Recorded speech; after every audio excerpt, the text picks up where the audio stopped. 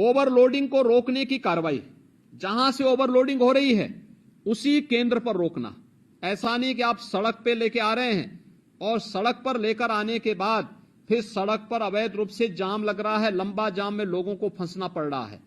जहां से हो रहा है वहां से आप बोलिए कि 5 टन की क्षमता है तो उसमें 15 टन नहीं जाएगा या 10 टन नहीं जाएगा, जितनी क्षमता होगी उसी हिसाब से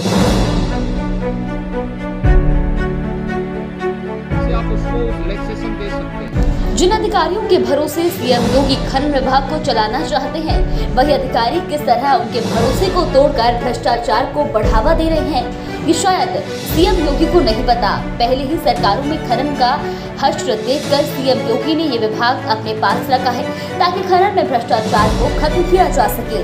लेकिन जिले के अधिकारी सीएम के विभाग को भी नहीं छोड़ रहे हैं। कई बार सीएम योगी अधिकारियों को निर्देश दे चुके हैं कि लोडिंग पॉइंट से ही अंडरलोड माल दिया जाए, लेकिन अधिकारी सीएम के आदेश को दरकिनार कर ओवरलोड परिवहन करवा रहे हैं।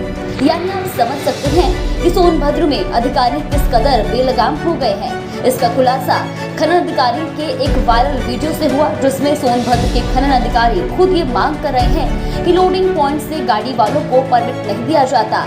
ये वायरल वीडियो कुछ दिन पहले का है, जब ट्रक मालिक भ्रष्टाचार का आरोप लगाते हुए खनन कार्यालय पर धरना दिए थे। जहां एक तरफ लोडिंग पॉइंट्स में ओवरलोड माल दिया जाता रहा है, वही चेकिंग में सिर्फ मोटर मालिकों पर कार्रवाई की जा रही है। प्रशासन की इस दोहरी नीति से अजीज आकर पूर्वांचल के 17 जिलों के ट्रक मालिक 22 सितंबर से हड़ताल पर जाने का ऐलान कर रहे हैं। यानी 17 जिलों के हजारों ट्रकों के पहिए थम जाएंगे, वो परिवहन नहीं करेंगे। मोटर मालिकों के इस ऐलान के बाद पूरे प्रदेश में हड़कंप मचा हुआ है। मोटर मालिकों ने ठान लिया है कि वो भ्रष्टाचार को बढ़ावा नहीं देंगे और सीएम योगी के आदेश को लागू कराकर रहेंगे। मोटर मालिक हड़ताल के माध्यम से सीएम योगी तक अपनी बात पहुंचाना चाहते हैं और ये बताना चाहते हैं कि उनके विभाग को उनके ही अधिकारी किस तरह दीमक की तरह चाट रहे हैं और उन्हें झूठी रिपोर्ट भेजकर गुमराह कर रहे हैं। मोटर मालिकों का कहना है कि सीएम योगी ने लोडिंग पॉइंट से ही अंडरलोड माल देने को कहा है, वही व्यवस्था लागू की जाए। मोटर मालिकों ने खुलासा करते हुए कहा कि वो फर्जी परमिट नहीं बल्कि कभी कभी बिना परमिट के चलते हैं, क्योंकि उन्हें लोडिंग पॉइंट से परमिट नहीं मिलता। योगी जी ने कहा था कि लोडिंग पॉइंट पर ही गाड़ी को ओवरलोड न दिया जाए और रास्ते में किसी गाड़ी को न रोका जाए, जिससे जाम की स्थिति बनेगी, इससे और दुर्घटना होगी। लेकिन बावजूद इसके खनन अधिकारी अपने इंस्पेक्टर महोदय से रास्ते में गाड़ियों को रुकवा रहे हैं। हम लोग को खनन का जुर्माना, फिर परिवहन, सेल टैक्स, तो कितना हम ऊब गए हैं इससे आज ही जाके।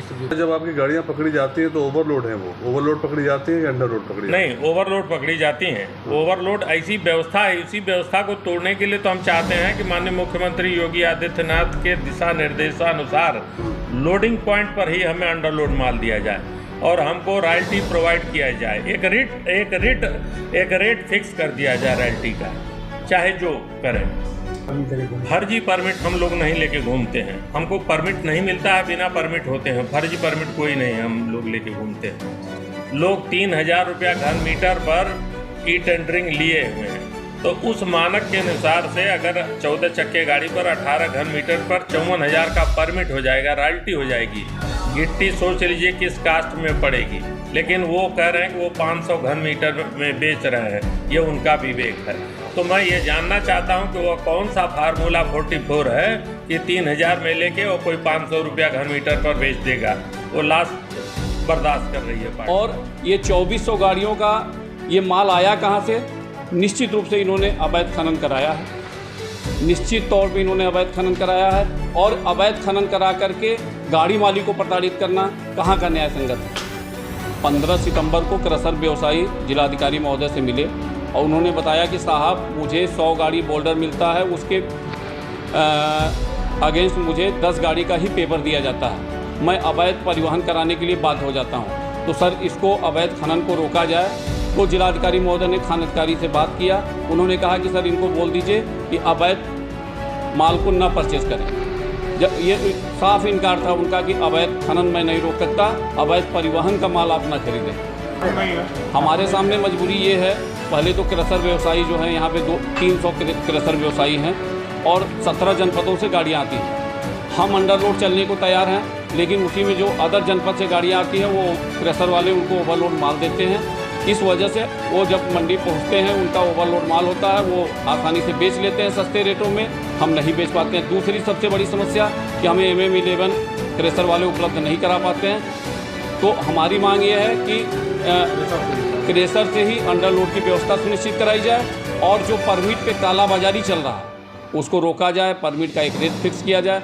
हम लोग इन सभी चीज़ों से तंग आकर के अपनी गाड़ियों को अपने दरवाजे पे खड़ा करने का निर्णय लिए हैं और जब तक हमारी मांगें नहीं पूरी होंगी तब तक हम लोग। कई मोटर मालिकों का कहना है कि अधिकारी अवैध खनन को बढ़ावा दे रहे हैं। उनका कहना है कि अधिकारी लोडिंग पॉइंट पर कड़ाई क्यों नहीं करते, जबकि सब समस्या का समाधान वहीं से है।